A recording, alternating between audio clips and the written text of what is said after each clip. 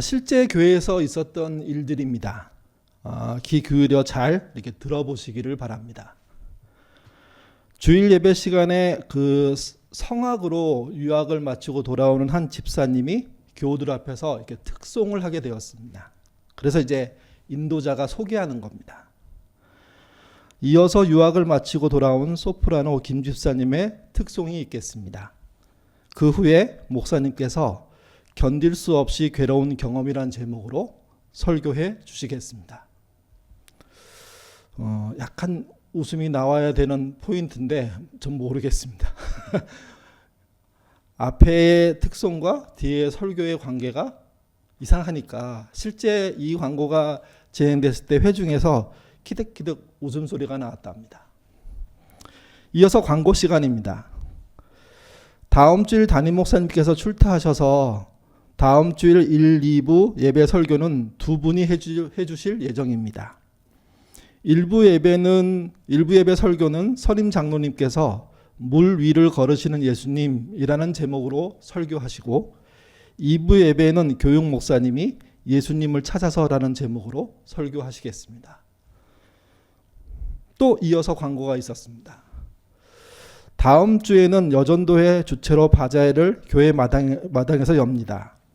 이번 바자회는 각 가정에서 필요 없는 물건들을 가져와 싸게 파는 방식으로 진행되겠습니다. 다음 주일 오실 때 잊지 마시고 믿지 않는 남편을 꼭 데리고 나오시기를 바랍니다. 원체 이렇게 유머스러운 걸 하지 못하니까 웃으셨다면 다행이고요. 그렇지 않다면 한번 곱씹어 생각해 보십시오. 목사가 도대체 무슨 말을 하는 건지. 앞사람의 이야기와 뒷사람의 이야기는 사실 따로따로 준비된 겁니다. 근데 그렇기 때문에 앞사람의 이야기, 뒷사람의 이야기는 따로따로 진행되면 아무 이상할 게 없습니다. 근데 우연치 않게 교회 광고 시간에 앞사람의 이야기와 뒷사람의 이야기가 연결되자 굉장히 우스운 이야기가 되게 된 거죠. 유학을 마친 소프라노 집사님이 특송을 한 바로 뒤에 목사님의 설교 제목이 견딜 수 없이 괴로운 경험 이렇게 얘기하니까 그걸 연결해서 듣는 사람의 입장에서는 뭔가 이상한 거죠. 또 앞에 장로님이 1부 예배 때 장로님이 물 위를 걸으신 예수님 이렇게 제목을 가지고 설교를 하셨는데 2부 예배 이어서 설교하시는 목사님이 예수님을 찾아서 이렇게 하니까 그 광고를 한꺼번에 들은 사람은 뭔가 이상하네, 되게 웃기네 이런 얘기가 되는 거죠. 또 바자회를 하기 위해서 이렇게 준비하는 과정들을 설명하면서 집안에 필요 없는 물건들 이렇게 나눠 쓰자고 좋은 시간 갖자고 하면서 이번 기회에 사실은 내용상으로 보면 믿지 않는 남편들 초대해가지고 이렇게 서로 인간관계 이렇게 안면 익히는 시간 갖자는 얘기인데 마치 믿지 않는 남편을 내다 팔 것 같은 인상으로 얘기가 들리는 거죠. 사실 앞사람과 뒷사람의 이야기가 전혀 관계가 없었다면 이런 결과를 만들어내도 아무 이상한 게 없습니다. 사실 문제는 이런 겁니다. 같은 사람임에도 불구하고 안과 밖이 다른 것, 앞과 뒤가 다른 것, 이게 문제입니다. 예수님이 집요하게 공생의 기간 동안 싸웠던 사람들은 유대인들이죠. 예수님이 끝까지 그들과 부딪혔던 가장 대표적인 이유가 그들이 안과 밖이 달랐습니다. 앞과 뒤가 달랐습니다. 내면과 겉모습이 달랐던 겁니다. 예수님 당시에 유대인들에게 굉장히 중요한 종교적인 일들이 많았는데 그 중에 하나가 금식이었습니다. 금식이 얼마나 중요했는지요. 일주일에 2번, 화요일과 금요일에 금식할 정도였습니다. 여러분, 일주일밖에 안 되는 날 중에 이틀을 금식한다고 하니 유대인들이 금식을 얼마나 대단하게 생각할까요? 그래서 구약을 읽어보면 금식에 대한 많은 이야기들이 나옵니다. 그 중에 가장 대표적인 금식의 본이 되는 예들이 나오는데 그게 이사야서 58장입니다. 다 읽을 수 없으니까 2절만 한번 읽어보죠. 6절과 7절입니다. 읽겠습니다. 내가 기뻐하는 금식은 흉악의 결박을 풀어주며 명예의 줄을 끌어주며 압제당하는 자를 자유하게 하며 모든 멍에를 깎는 것이 아니겠느냐. 또 줄인 자에게 내 양식을 나눠주며 유리하는 빈민을 집에 들이며 헐벗은 자를 보면 입히며 또 내 골육을 피하여 스스로 숨지 아니한 것 아니겠느냐. 여러분 6절의 이야기는 금식하는 당사자한테 벌어지는 일을 말합니다. 뭐가 벌어진다고 얘기합니까? 자신을 얽매이고 있는 흉악한 결박이 풀린답니다. 정말 그 자신을 압제하고 있는 그런 억눌림들에 의해서 자유함이 일어난답니다. 그러니까 유대인의 입장에서 사실은 우리에게도 동일한데 금식이라는 것은 매일 먹는 음식을 끊는 거거든요. 가장 기본적인 욕구를 끊어내면서 하나님께 집중하는 겁니다. 그러면서 기대하는 게 무엇이냐면 흉악한 결박이 풀리고 또 우리를 얽매고 있는 멍에의 줄들이 끊어지고 압제가 풀어져서 자유가 되는, 그래서 정말 해방이 되는 그런 일들이 금식하는 자에게 일어난다는 거죠. 근데 금식은 금식하는 자에게만 일어나는 게 아닙니다. 변화가 일어나는 게 아닙니다. 금식한 자가 변화되면 그 사람으로부터 사회 변화도 일어나는 거죠. 세상의 변화도 일어나는 거죠. 그래서 7절이 그런 내용을 이어서 봤습니다. 금식에 온전히 몰입해서 들어간 자가 해방을 느끼고 자유를 느끼고 난 다음에 해야 될 일이 뭐냐? 줄인 자에게 양식을 나눠주고 집 없는 자에게 자들을 집으로 초대하고 헐벗은 자를 에게 옷을 입히고, 그리고 내 고륙들, 이때 고륙들은 유대 민족을 말하는 것이고 가족을 말하는 겁니다. 그 중에 연약한 자들이겠죠. 가난한 자들이겠죠. 그들이 찾아올 때 피하지 않는 거라는 거죠. 다 감당할 수 없지만 함께 감당하겠다고 나서는 것, 이게 무엇이냐면 제대로 금식하고 있다는 이야기라는 겁니다. 그러니까 유대인들은 금식을 화요일날 금요일날 할 정도였으니까 이 정도 내용을 모르고 하지는 않았을 겁니다. 근데 문제가 발생했습니다. 어느 시점부터인지 모르겠지만 금식이 형식화되고 거짓화되면서 자기의 결박도 풀지 못하며 더군다나 자기의 결박을 풀지 못했으니까 다른 사람의 연약함을 수용하는 건 도저히 할 수 없는 관계가 된 거죠. 이게 유대인의 금식을 지켜보신 예수님의 입장에서는 이거 다 거짓말이다, 다 헛거다, 하나만하다, 이런 생각을 갖고 계셨던 것 같습니다. 그래서 자신의 제자들에게 화요일날 금요일날 금식하지 못하게 하셨습니다. 당신도 안 했고요. 그러자 예수님으로 치면 같은 편에 해당하는 세례 요한의 제자들이 질문합니다. 왜 예수님과 제자들은 금식하지 않습니까? 그러자 예수님이 그 이유를 설명합니다. 15절 말씀 읽겠습니다. 예수께서 그들에게 이르시되 혼인집에 손님들이 신랑과 함께 있을 동안에 슬퍼할 수 있느냐? 그러나 신랑을 빼앗길 날이 이르리니 그때에는 금식할 것이니라. 예수님이 금식하지 않아야 될 이유를 명확하게 말씀하셨는데 지금은 금식할 때가 아니라는 겁니다. 왜? 결혼잔치가 벌어지고 있기 때문에, 결혼의 주인공인 신랑과 함께 있기 때문에 이렇게 설명을 했습니다. 그러면서 나중에 금식할 때가 온다고 얘기합니다. 그 신랑을 빼앗겼을 때. 생각해 보십시오. 결혼식을 벌인다는 건 유대의 입장에서는요, 굉장히 큰 잔치를 벌입니다.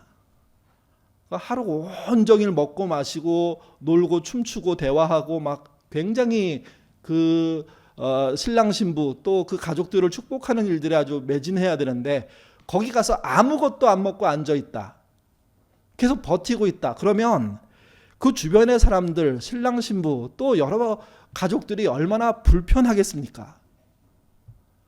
이 말은 유대인들이 계속하고 있는 금식이 하나님 보시기에 너무 불편하다는 겁니다. 지금은 금식을 끝내고 잔치에 참여할 때인데 그런 거 알아차리지도 못하고 오직 자기 고집대로 자기 생각대로만 금식하고 있는 거죠. 그것도 제대로 된 금식도 아니고 형식적인 속임수의 금식들을 하는 겁니다. 모닥불을 피워놓고요, 찬물을 끼얹는 것과 똑같습니다. 이어서 예수님은 형식적인 금식을 하는 자들을 향하여서 말씀하십니다. 16절부터 17절의 말씀, 유명한 말씀이죠. 같이 읽겠습니다. 생배의 조각을 낡은 옷에 붙이는 자가 없나니 이는 기운 것이 그 옷을 당겨 헤어짐이 더하게 됨이요 새 포도주를 낡은 가죽 부대에 넣지 아니하나니 그렇게 하면 부대가 터져 포도주도 쏟아지고 부대도 버리게 됨이라. 새 포도주는 새 부대에 넣어야 둘이 다 보존되느니라. 이 말씀이 금식과 관련된 이야기임을 기억하셔야 됩니다. 잘못된 금식은 잘못된 금식의 결과를 낳습니다. 결국 자기 욕심을 채우는 거고 더불어 살 줄 모르는 게 되겠죠. 이게. 제대로 된 금식은 제대로 된 결과를 내놓습니다. 자기 자신의 결박이 풀리는 건 물론이고 그 은혜와 자유 때문에 다른 사람에게 결박을 풀어주는 일들이 벌어지는 겁니다. 메시지는 이걸 이렇게 번역했습니다. 멀쩡한 스카프를 잘라서 낡은 작업복에 대고 깁는 사람은 없다. 서로 어울리는 천을 찾게 마련이다. 그리고 금이 간 병에 포도주를 담지 않는 법이다. 절대로 안 된다는 겁니다. 다시 말씀드려서 형식주의에 빠져있는 금식주의자들, 금식으로 뭔가 종교적인 명예를 얻으려고 하는 자들, 실제 하지도 않으면서 역할도 못하면서 금식을 남발하는 자들이 결국은 제대로 된 옷을 망가뜨리고 포도주 병을 깨트려버리는 그런 파괴자가 된다는 거죠. 이게 결박과 명예와 압박을 풀어주지 못하는 금식은요, 형벌입니다. 줄인 자를 먹이지 못하고 빈민과 헐벗은 자를 입히지 못하는 금식은요, 욕심일 뿐입니다. 그래서 형식적인 유대교와 예수님은요, 결별하게 되는 겁니다. 도저히 같이 있을 수가 없는 거죠. 겉과 속이 너무 다르기 때문에, 앞과 뒤가 너무 다르기 때문에. 보통 새 부대와 새 포도주와 새 부대 이야기를 할 때 이 두 가지 이야기를 놓고 네 가지 이야기를 할 수가 있습니다. 그래서 이제 오늘 그 설교에서는 그걸 문법이라고 표현했는데요. 첫 번째는 이런 겁니다. 험 포도주를 험 부대에 넣는 겁니다. 가장 구태의연한 상태죠, 이게. 현실도 캄캄하고 미래는 존재하지도 않습니다. 새로움이란 건 없는 걸 말한 겁니다. 그러니까 극단적으로 현실에 몰입돼 있고 미래에 대해서는 단절된 상태를 말합니다. 될 대로 되라는 거죠. 망해가고 있고 쓰러지고 있고 무너지고 있는 겁니다. 어제나 그 전주나 계속해서 교회 이야기들이 정말 그 TV에 나올 때 이렇게 들어보면 야, 교회가 이렇게 썩었나? 할 정도로 상상을 초월하는 얘기들이 쏟아져 나옵니다. 어쩌면 우리가 헌 포도주와 헌 부대를 갖고 있는 상황은 아닐까 하는 걱정도 있습니다. 사실은. 헌 포도주와 헌 부대의 상태에서는 어떤 변화도 변화가 아닙니다. 그냥 몰락하고 있는 겁니다. 두 번째는 헌 포도주를 새 부대에 넣는 겁니다. 변화를 해야 한다는 건 알지만 진짜 내면의 변화로부터 시작되는 게 아니라 형식적인 변화를 하는 거죠. 비유를 이렇게 하면 될지 모르겠는데요. 예배당을 지으면서 우리 젊은 세대를 위해서 예배당을 건축합시다. 그렇게 얘기하는 거죠. 그래서 예배당의 시설을 좋게 합니다. 음향 시설도 괜찮게 하고 영상 시설도 만들고 그리고 가장 눈에 띄는 좌석 그걸 장의자에서 개별 의자로 다 바꿉니다. 한국교회가 그런 일 굉장히 많이 했죠. 근데 정작 뭘 안 바꾸냐면 교회를 이끌고 있는 기성세대의 마음을 바꾸지 않습니다. 젊은 세대를 그대로 인정하고 그들이 마음껏 찬양하고 예배하고 그들의 방식으로 하나님을 섬기도록 열어주지 않습니다. 그게 헌 포도주를 새 부대에 붓는 것과 같습니다. 결국 이것도 속빈 강정과 같습니다. 세 번째는 새 포도주를 헌 부대에 넣는 겁니다. 내부적인 변화가 일어나고 있는데 외부적으로 막고 있는 거죠. 그걸 가둬놓고 있는 겁니다. 새 포도의 운동력은 사실은 헌 부대가 감당할 수가 없습니다. 결국 어떻게 됩니까? 그 부대는 터지게 되어 있습니다. 헌 부대가 폭발하는 순간 새 포도주도 날아가는 겁니다. 그래서 매우 위험하고 걱정스러울 수밖에 없는 형국을 표현해주고 있는 거죠. 지금까지 세 가지를 말씀드렸는데 세 가지 모두 다 절망적인 상황입니다. 변화가 조금 있긴 하지만 더 이상 가지 못하는 그 형국이 절망이라는 거죠. 그래서 예수님은 명확하게 말씀하십니다. 새 포도주를 새 부대에 넣어야 한다고요. 이게 합리적인 대안이라고요. 이게 진정으로 유대인들의 변화를 일으킬 동력이고 또 오늘날 그리스도인들의 변화를 일으키는, 교회의 변화를 일으키는 동력이 된다는 거죠. 새 포도주를 새 부대에 넣을 때 세 가지 정도를 생각할 수 있습니다. 첫 번째가 이런 겁니다. 기성세대가 이해하는 새 술의 관점이 아닙니다. 새 술을 만들어내는, 진짜 새 술을 만들어내는 젊은 세대의 관점이 주도해야 됩니다. 이게 빠르면 빠를수록 미래가 열립니다. 또 하나는 젊은 세대의 변화보다 젊은 세대의 변화를 받아들이기 위해서는요, 기성세대의 포용이 필요합니다. 그러니까 기성세대가 과감하게 탈피하지 못하면 새 포도주인 젊은 세대가 교회 내로 들어올 수가 없다는 거죠. 이게. 마지막으로 새 포도주와 새 부대의 핵심은요, 젊은 세대도 아니고 기성세대도 아니라 예수님입니다. 기성세대의 불안함은 예수님을 믿음으로 극복되는 겁니다. 젊은 세대의 새로움은 예수님을 믿음으로 기성대와 연결되는 겁니다. 그런 새 포도주와 새 부대를 만드는 일을 해나가지 못한다면 결국은 유대교와 우리와 다를 바가 없다는 거죠. 형식적인 금식주의자들과 오늘날 교회에 있는 우리들이 다를 바가 없다고 얘기하게 되는 겁니다. 그렇다면 왜 예수님이 변화의 핵심일까요? 왜 기성세대도 젊은 세대도 예수님을 중심으로 변화를 해야 될까요? 그게 성경에 논조에 있기 때문에 그렇습니다. 예수님이 십자가를 지시기 전에 제자들과 함께 유월절 식사를 하시잖아요. 유대인의 입장에서 유월절은요, 가장 중요한 명절입니다. 왜 그러냐면 유월절에 출애굽하는 사건이 있었기 때문입니다. 하나님의 은혜로 그들이 출애굽하죠. 그리고 그 다음 해부터 하나님이 지키라는 명령을 쫓아 유월절날 동일한 방식의 유월절 의식과 식사와 축제를 지냅니다. 처음에 출애굽에 대한 이야기를 이 유월절날 합니다. 그래서 아이들과 함께, 가족이 함께 모여가지고요, 출애굽 때 어떤 일들이 벌어졌는지 아이들이 질문하고 부모들이 대답하고 또는 할아버지 할머니가 대답해주는 그런 긴 시간을 갖습니다. 해마다 이 일이 반복되는 겁니다. 그 대화가 끝나고 나면 이어서 식사를 합니다. 식사를 할 때 누룩을 넣지 않는 빵을 먹습니다. 무교병이라고 하죠.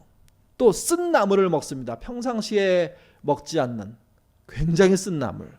그리고 포도주를 함께 마십니다. 그러면서 식사하고 끝나는 편에 노래도 함께 부릅니다. 출애굽을 기억하고 하나님의 은혜를 기억하는 그 노래로 자기의 유월절 식사를 채우는 거죠. 이게 무려 예수님 당시까지로 치면요, 1450년 정도 반복됐습니다. 1450회 정도가 반복됐다는 겁니다. 물론 중간에 뭐 못한 해가 있을 수 있는지 모르겠습니다. 어쨌든 성경의 이야기로는 계속했다고 얘기하니까 출애굽으로부터 예수님에 이르기까지 1400년 넘도록 반복된 이 이야기가 오늘 예수님이 하시는 유월절 이야기 속에서도 또 나오는 겁니다. 예수님이 무교병법, 그러니까 누룩이 들어가지 않는 빵을 이렇게 쪼개면서 제자들에게 나눠주시면서 하신 말씀입니다. 마태복음 26장 26절에서 29절의 말씀 같이 읽겠습니다. 그들이 먹을 때 예수께서 떡을 가시사 축복하시고 떼어 제자들에게 주시며 이르시되 받아 먹으라, 이것은 내 몸이니라 하시고, 또 잔을 가지사 감사 기도하시고 그들에게 주시며 이르시되 너희가 다 이것을 마시라, 이것은 죄 사함을 얻으려고 하려고 많은 사람을 위하여 흘리는 바 나의 피 곧 언약의 피니라. 그러나 너희에게 이르노니 내가 포도나무에서 난 것을 이제부터 내 아버지의 나라에서 새 것으로 너희와 함께 마시는 날까지 마시지 아니하리라. 예수님이 태어나시기 전부터 유월절은 있었습니다. 예수님이 태어나고만서도 가족들과 함께 유월절을 지켰을 겁니다. 그리고 공생애를 시작하고 난 다음에 그때로 보통 얘기할 때 예수님이 30살 정도 됐을 때라고 얘기하잖아요. 그러니까 이미 30번을 유월절을 지키신 겁니다. 유대인의 일원으로. 근데 십자가를 지시기 바로 직전의 유월절에는 느닷없이 예수님이 이 유월절의 주인공이라고 얘기하십니다. 그래서 뭐라고 얘기했냐면 유월절의 무교병이 자신의 몸이고 유월절의 포도주가 자신의 피라고 말씀하십니다. 아마 이 말을 누구도 믿지 않았을 겁니다. 근데 예수님은 명확하게 말씀하셨습니다. 자신이 1400년 전에 출애굽 때 일어났던 그 유월절의 주인공이라는 거죠. 그 유월절이 지금 자기를 향해서 오는 것이고 자기를 향해 왔기 때문에 이제 성취됐다는 겁니다. 그래서 이렇게 종식을 선언합니다. 앞으로 포도나무에서 난 것을 먹지 않겠다고요. 유월절을 중단시키는 이야기를 하는 거죠. 그리고 어디로 향하십니까? 완성을 향합니다. 내 아버지의 나라, 결국 우리가 얘기하는 하나님의 나라인데 그 나라에서 믿음의 백성들이 함께 모인 흰옷 입은 백성들이 함께 서는 그 결혼식장에서 뭐 하겠냐면 유월절의 식사를 하시겠다는 겁니다. 이 말은 성경의 이야기의 핵심인데 이 내용은 이런 겁니다. 예수님 당신이 하나님의 역사의 중심이라는 거죠. 예수님이 중심이 된 교회의 변화, 신자의 변화, 사회의 변화가 핵심이라는 겁니다. 예수님이 빠진 교회의 변화, 예수님이 빠진 신자의 변화, 예수님이 빠진 종교의식의 변화는 아무리 멋있고 괜찮고 낮게 변하더라도 아무 의미가 없다는 겁니다. 예수님이 계셔야, 그 중심에 서서야, 그래야지만 어떤 일이 벌어지냐면 진짜 변화가 시작되는 거죠. 예수님이 중심이 되어서 새 포도주가 만들어지고 새 부대에 담긴다면 그것만큼 새로운 역사를 쓸 방법이 없습니다. 그렇게 해야 하는 거죠, 이게. 서울 강북에 있는 한 교회에서 실제 있었던 일이랍니다. 주일 예배 후에 예배당 뒷정리를 마친 집사님이 강남에 있는 자기 집으로 가려고 교회 마당으로 나섰습니다.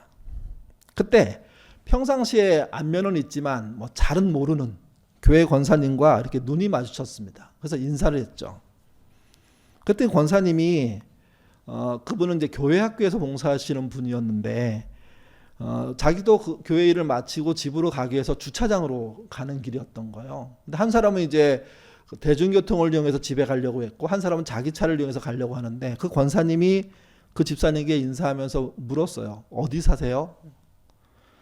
그랬더니 집사님이 자기 강남 어디 산다고 그래서 그 지금 집에 가시는 거냐고. 그렇다고. 그랬더니 권사님이 그냥 불쑥 자기 차 타라고, 같이 가자고.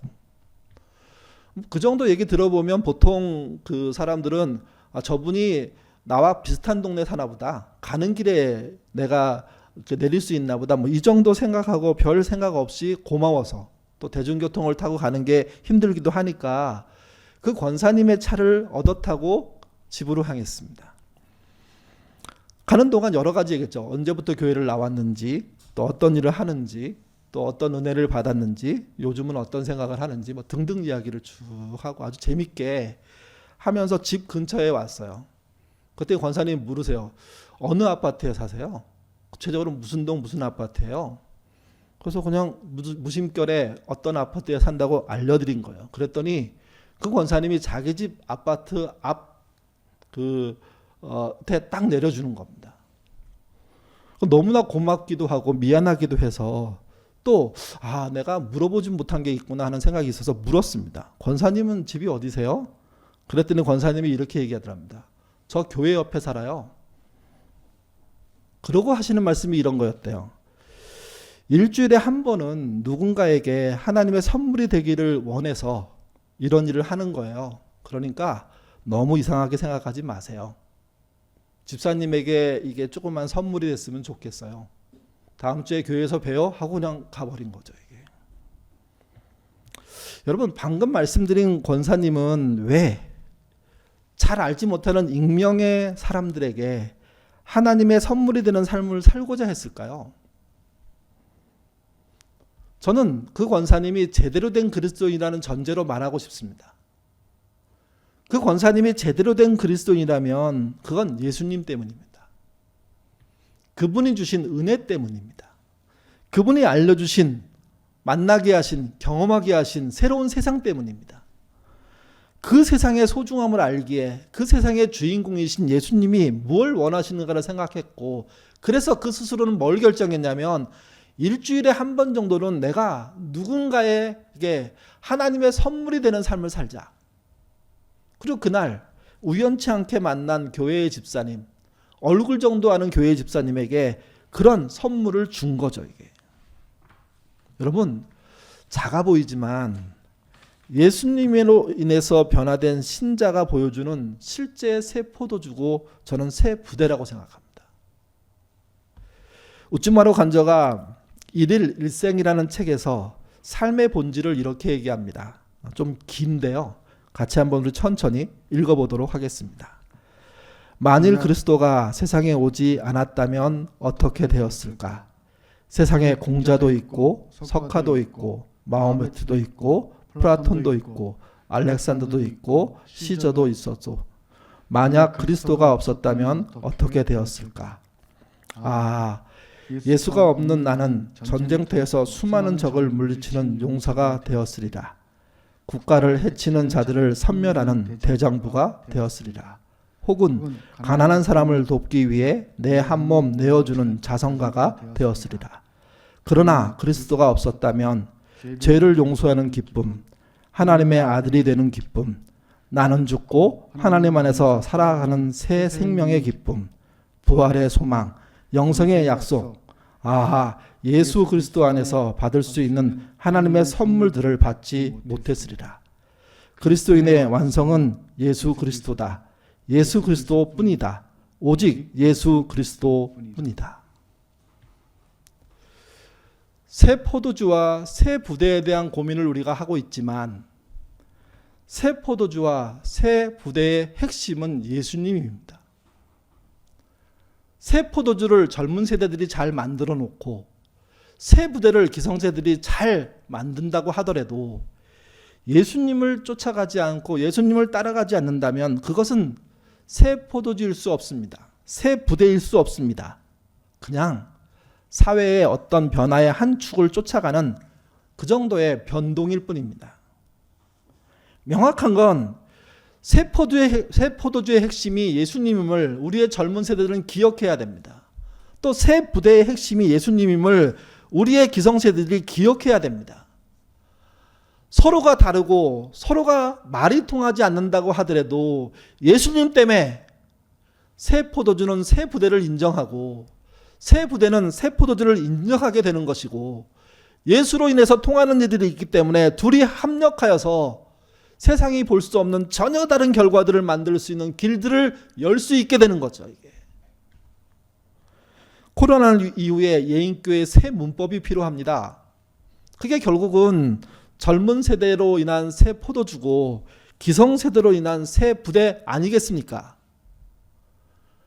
그것을 아는 사람들이 일상에서 누군가를 향한 하나님의 선물로 살 수 있다면 그러면 예인교회는 새로운 문법의 이야기를 쓸 수 있습니다. 오늘 본문으로 치면 제대로 된 금식을 할 수 있게 되는 겁니다. 또 오늘 주제로 치면 진짜 새 포도주, 진짜 새 부대가 되는 일들에 참여할 수 있는 거죠. 그래서 여러분에게 외칩니다. 여러분이 여러분의 세대와 형편 속에서 새 포도주가 됐든지 새 부대가 되는 일을 해주셔야 됩니다. 그것도 예수의 이름으로. 자신의 명예와 자신의 성공과 자신의 이상을 이루기 위한 게 아니라 예수님의 뜻이 그러하기 때문에 금식하고 예수님의 뜻이 그러하기 때문에 줄인 자를 먹이는, 예수님의 은혜 때문에 결박이 풀리고 예수님의 그 자유로움 때문에 빈자를 집에 들이는 그런 금식의 놀라운 결과처럼 새로운 포도주와 새로운 부대의 꿈들을 이룰 수 있다는 거죠.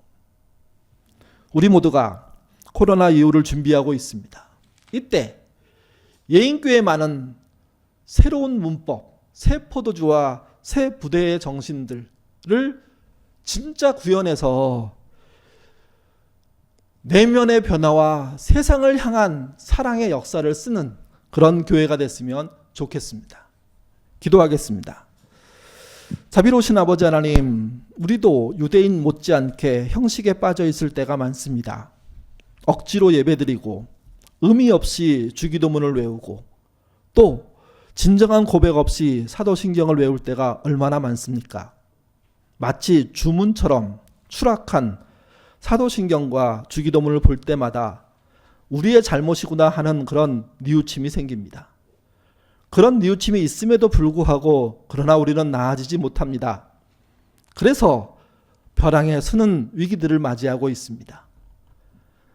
이 코로나로 인해서 또 교회가 소통하지 못하고 만나지 못하는 이 절박한 상황 속에서 예인교회 식구들이 새로운 문법을 찾아낼 수 있도록 주님 인도하여 주옵소서.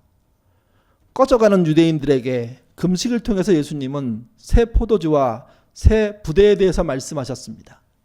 그 이야기는 코로나로 인해서 한계 상황에 치닫고 있는 우리들에게도 그대로 적용되는 말씀입니다. 우리도 새 포도주를 만들어내는 교회 되게 하시고 새 부대를 잘 꾸려나가는 그런 교회 되도록 주님 인도하여 주옵소서. 우리의 젊은이들이 기성세대가 하지 못했던 새로운 포도주를 생산하게 하시며 우리의 기성세대가 젊은이들을 담을 수 있는, 그러면서도 자유롭게 세상에 보낼 수 있는 그런 부대를 만드는 그런 포용력 있는 교회 되도록 인도하여 주옵소서. 감사하며 예수님 이름으로 기도드립니다. 아멘.